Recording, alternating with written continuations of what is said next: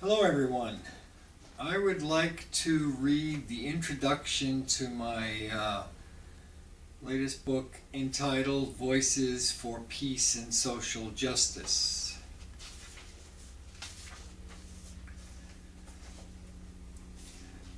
There are many armed conflicts raging all over the planet in the beginning of the 21st century. The war in Iraq that has considerably diminished in intensity and the war in Afghanistan are the results of superpower, United States, intervention, supposedly acting in its national interest. Many of these are civil wars like the ongoing conflicts in Colombia, Sudan, and Libya. In the latter example, the military wing of the North Atlantic Treaty Organization, or NATO, has become involved with an obvious stake in the outcome. Others represent territorial conflicts, such as the conflict between Pakistan and India over Kashmir, and the long-standing conflict between the Palestinians of Arab descent and the Israeli occupation. There is obviously a strong religious component to these clashes as well. Other confrontations are fueled by powerful religious and ethnic differences as exemplified by Lebanon's civil war in the 1970s, due in large part to the enmity between Muslims and Christians. Of course, the horrific and tragic genocide that took place in Rwanda in 1994, prompted by ethnic and socio-economic differences between tribes, cannot be overlooked. This is by no means an exhaustive list of all the various trouble spots that exist in the precarious world of humans. Overshadowing all these calamitous events is the inexorable deterioration of the global environment that is often exacerbated by human conflict and the chaos it ordinarily engenders. On examining the ferocity of warfare, it is not difficult to come to the conclusion that the human species has not learned very much over its protracted past. The history of Europe from the ancient Roman and Greek civilizations to the present, as an example, is replete with carnage that is the inevitable outcome of wars. Within the individual human psyche, there exists the constant tension between the force and power of the emotions, driven by the passions embodied in territory, tribe, and nation, and that of reason. The more reactive and violence-prone emotions stem in large part from the evolution of the species in an environment that was essentially hostile, and in which the forces of nature that impacted human experience were not understood, and the causes of calamities were attributed to gods, malevolent spirits, or a particular enemy. At the early stages of the societal development of the humankind, ignorance was prevalent and fear and suspicion dominated and shaped human behavior. Although the advancement of science and technology has shed light upon many aspects of the human experience that were once shrouded in mystery, the inherent tendency to strike out violently against that which is feared and poorly understood remains to haunt human societies. In addition, in the so-called developed world, there is a tendency on the part of a significant segment of the general population to hold science and scientific knowledge in suspicion. What is particularly unique about humanity in the 21st century is the inescapable reality that the application of overwhelming force against the perceived enemy is no longer a viable solution, especially considering the destructiveness of modern weaponry. Over thousands of years of human civilization, great empires have risen and eventually fallen. The cycle of empire building and dissolution has generally followed the same inexorable path. The beginning stage is represented by the rise of a local community of common origin, followed by a gradual accretion of power, usually by force. Success at this initial stage leads to a steady rise in military strength and technological capability that overshadows all adversaries. As power becomes increasingly concentrated into an overweening empire, there is a tendency to extend the sphere of control and influence. This expansion ultimately leads to an exhaustion of resources, both material and human. Finally, the empire contracts and ultimately dissolves. The entire process might take place over 1,000 years, as exemplified by the Roman Empire, or a few hundred years, as demonstrated by the British Empire. In all of human history, cycles of expansion and warfare were tolerable given the low density of human populations on the planet, and the relatively benign effects of the primitive weaponry on the global environment. This model of human behavior, where economic, political, and social differences and rivalries are settled through violent means, is no longer tenable in the modern era. The essentially tribal nature of human interactions has evolved over the generations into competing national sovereignties. The idea that each nation-state is a power unto itself is no longer compatible with the rapidly evolving global character of human endeavor. There is currently too much at stake in maintaining the status quo, especially in regards to the survival of the species.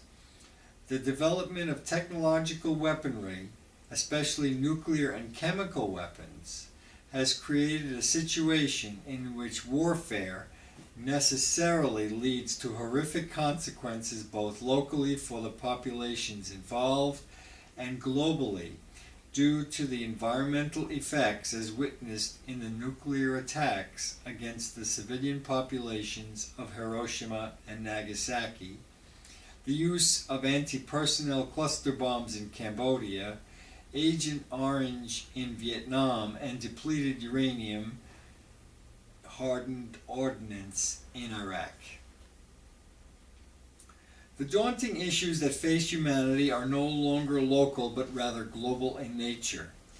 The remarkable savagery of the First and Second World Wars of the 20th century awakened the idea of a world organization as a forum for international communication so as to foster dialogue between nations and forestall the possibility of future wars of such magnitude. The first experiment in a world organization as a vehicle for adjudicating international disputes was the League of Nations that was created in the aftermath of World War I. This met with limited success and was eventually disbanded. Subsequently, the United Nations was created at the end of World War II. The United Nations is still extant but remains hostage to the dominance of the powerful industrial nations that constitute the Security Council. The will to empire is still very much with us. Apparently, no significant lessons have been learned from the horrid mistakes of the past. The undeniable need for true international cooperation as a means to effectively circumvent a catastrophic future that now seems so inevitable is still not recognized. Many nations remain fixated on the ferocious competition for dominance and supremacy at the expense of those sovereignties that are weaker and more fragile. This competition has usually been over the resources required to fuel and sustain national economies. The need for additional natural resources such as land for expansion of national populations or energy and mineral resources has often been the focus of competition. As needed resources such as oil or water become scarce, the competition will, by necessity, grow more fierce and explosive. This particular mindset has become problematic. The species is in desperate need of a completely new paradigm. The new model must be based by necessity on the spirit of cooperation, compassion, generosity, and a willingness to reach meaningful compromise to avert disaster. The chasm that currently exists between the so-called haves and have-nots, both within and between sovereign states, is helping to maintain the extreme level of violence that continues to plague humanity. Fundamental issues of social and economic justice need to be uppermost on the agenda. Such a focus would require a serious implementation of the role of social responsibility and conscience in the behavior of governments. The idea of belonging wholly to one nation must be superseded by the idea of being a member of the world community. This, of course, represents a momentous leap in understanding, tolerance, compassion, and most importantly, requires an obligation to act in the best interests of all humanity. To continue down the current path in which domestic and international behavior is dictated by passion born of fear and ignorance is to take a journey leading into a miserable future.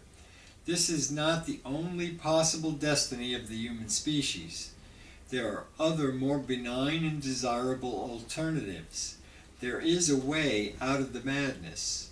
Humans are quite capable of using reasoned and mindful intelligence to direct and guide their behavior and plan for a future in which all of humanity can share in the benefits of collective action for the good of all people.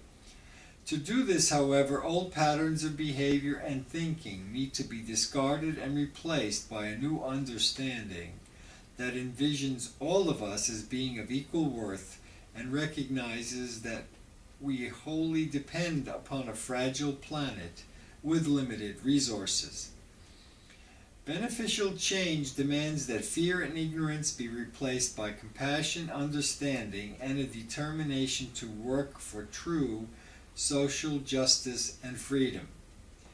These goals cannot be achieved by an imposition of a particular set of values by brute force or economic coercion. Imperialism represents a viewpoint that depends upon a world out of balance, and it is an idea that is no longer tenable. The urge towards empire is not yet dead, but it has become completely ineffectual and counterproductive. I believe I can say with some assurance that all people desire a world for their descendants in which peace is a reality and a future in which the planet retains its natural beauty and majesty of all of life. To achieve this result, a great deal of work is required. This is a completely different kind of work, since it requires profound self-examination and a will towards significant change. The question remains as to whether the species has the wherewithal to take on this challenge. I hope for the sake of future generations that this is so. The first images of the planet taken from space clearly demonstrated that for all human beings and for all of life, for that matter, the Earth is our only home. This conception has, in my judgment, become such an integral part of human consciousness that the current and obvious threat posed by climate change, a direct outcome of human activity, may offer some impetus for change. The time may be right to open more effective channels of communication between nations with the focus on the development of sustainable economies that would help ensure a livable planet for future generations of not only the human species, but all the magnificent creatures that constitute the living world. Simply moving through life with self-interest as the guiding principle is not enough to forestall a major calamity that only concerted human action can avert. There seems to be a paradoxical aspect of human nature that may help explain the penchant for aggression and violence. On the one hand, humans as members of a family, group, tribe, or nation are able to work harmoniously with cooperative effort towards goals that benefit everyone.